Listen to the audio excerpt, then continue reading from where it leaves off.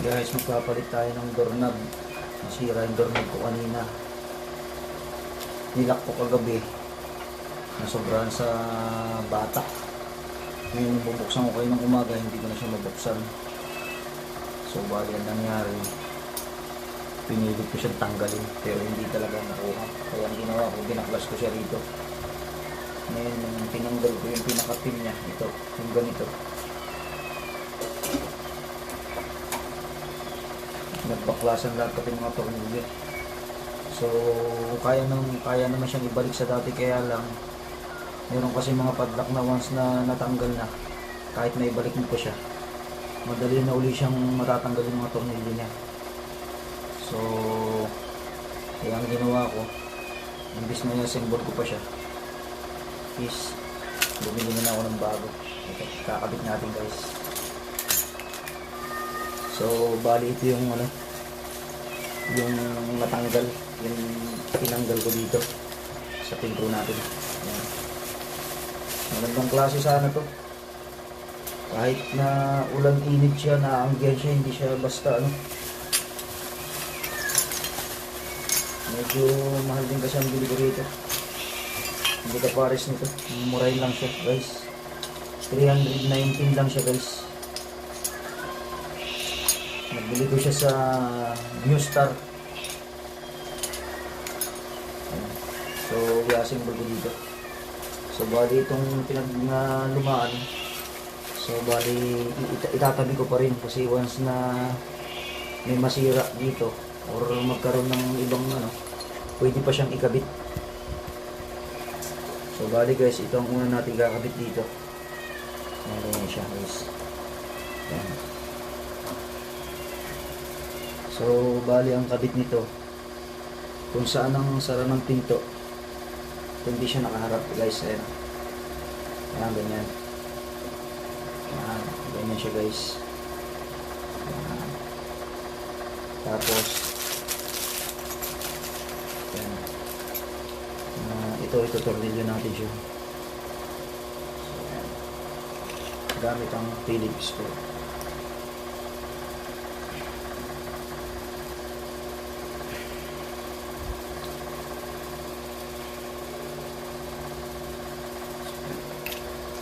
So bali ang next step natin guys is tatanggalin muna natin ito. So bali ang gagawin natin guys, tatanggalin natin siya dito. So sundutin natin siya ng flat screw para matanggal yung lock niya. So bali ganyan lang kadali.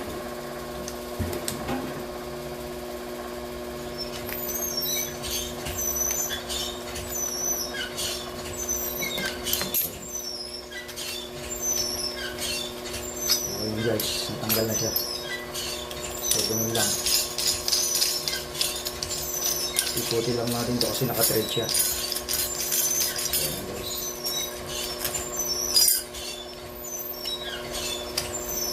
So bali pagka natanggal na natin siya guys, so mangyayari,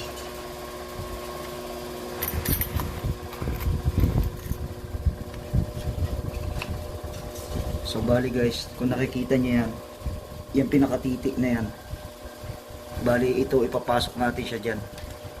So bali dapat magtama ito guys, ito at saka yung pinakatitik niya.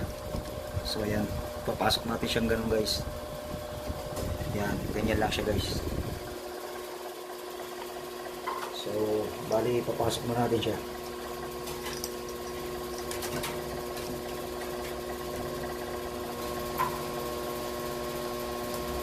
Medyo higpila lang siya natin konti lang guys. Higpila lang natin siya ng konti.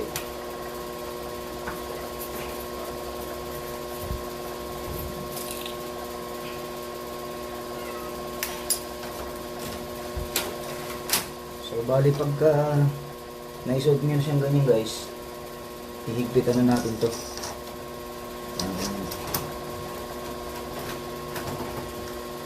Medyo malog lang kasi guys itong nabili ko kasi maliit kasi siya. Hindi talaga ito yung standard na kagaya ng binili ko dati. Yung binili ko kasi dati mas malaki siya. So kung mapapansin nyo yan, laki nung diferensya, diba? laki nung bilog nung nauna. Ngayon itong pinalit ko is maliit, parang pang kwarto lang yata to. Wala kasing ibang mabili na ano guys, kaya pinagtiyagaan na natin. Ayan.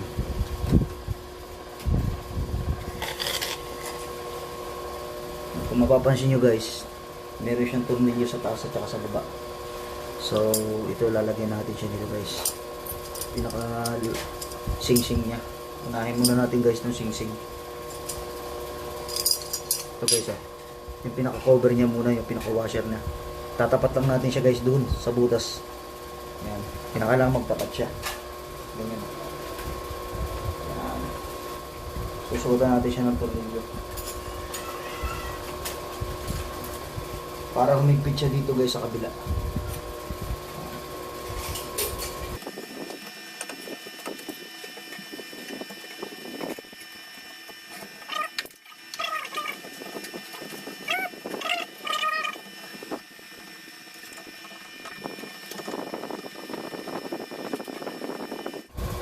Sa paghihigpit naman guys, huwag masyadong sobrang higit na higit kasi malambot lang ito. May tendency kasi na pag sobrang higpit niya, may uyupi naman siya papasok sa loob. So dapat alalay lang yan, pagting ano lang. Yan, ganyan lang. Hindi naman na matatanggal yan guys kasi dito sa kabila, sa harap. Yan, kung makapansin nyo. Pwede nyo rin siyang higpitan pa. Yan, kagaya nyo. Nahigpit na siya guys. Yan. So ayan. Kung mapapansin nyo guys, ayan o. Nulog na siya guys, diba? So, ayan.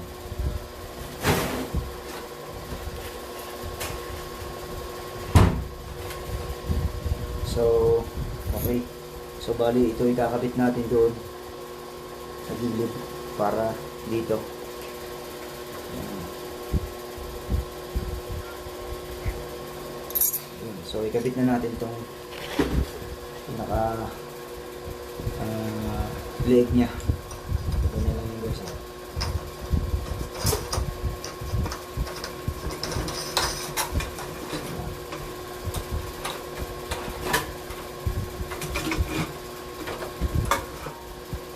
pinakaulo niya guys, para dito yan. So bali itatapat nyo lang guys itong kanal niya doon sa may ilalim, sa may mismong kanal niya. Yan. Tapos kung mapapansin nyo guys, ayun o.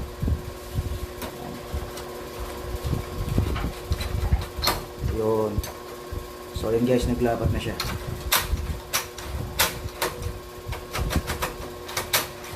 Ayan na. So, bali ito yung susi niya, may kasama siyang tatlong susi. So bali siya nakalock. So susiin natin. Yun, okay guys. Isa pa. Okay. So, bali ito na lang ilalagay natin. Saka ito. So, kung mapapansin nyo, tinanggal ko na yung ano, yung luma dito. So, bali kasi yan. Matagal na din kasi siya, kaya yan. So bali papalitan natin siya ng tornilyo na may tox para mas maganda yung kapit niya kasi bato yan eh. Yan. So ayan guys, dahil medyo maliit yung butas niya, kailangan pa natin paluwagan.